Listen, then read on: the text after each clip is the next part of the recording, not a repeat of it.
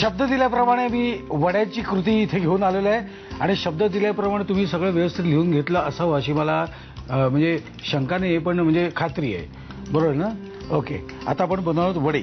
हो. हे काय काय मला साहित्य सांगता का जरा?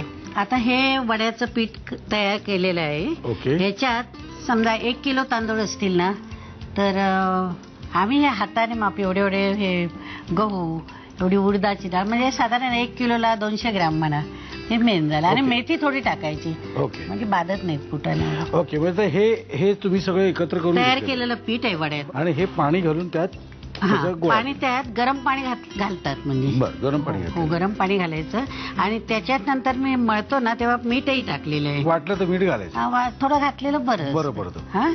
ओके. साहित्य बघितलं आता जाऊया कृतीकडे. काय कसे करायचे वडे? मला थोडस पाणी मिळेल का? हो.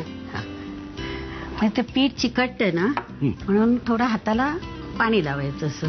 ओके. आणि प्रशांत याचं वैशिष्ट्य असं आहे म्हणजे आमच्या आईने तर नाही सगळ्यांचीच आमची कोकणात खवय नदी सांगतो आम्ही हा जो रुमाल ठेवलेला आहे ना तो थोडासा आपण ओलसर आहे. ओलसर आहे रुमाल. सुका नाहीये ओलसर रुमाल. बरं. दुसरी पद्धत आमची मालवणी लोकांच्या गोळा सहज टाकणार नाहीत ती तो असा जोराने. आणि हे बघा हे तळव्याने ही बोटं लावायची नाहीत आणि चुकून आम्ही कधी जाड बोटाने पातळ करायचा प्रयत्न केला आईचं दम मिळायचं. त्यामुळे अजूनही बोट लावली तर आईची आठवण येते. हो. तेल आपलं चांगलं तापलेलं आहे. ओके.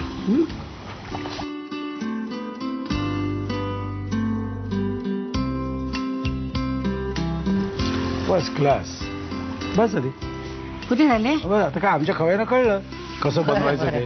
है ना? कळलं की नाही? लिहून घ्या साहित्य आणि कृती. कोंबडी वडे बनवण्यासाठी लागणारं साहित्य 1 किलो तांदूळ, 200 ग्रॅम उडीद डाळ, 200 ग्रॅम गहू, मेथी आणि मीठ.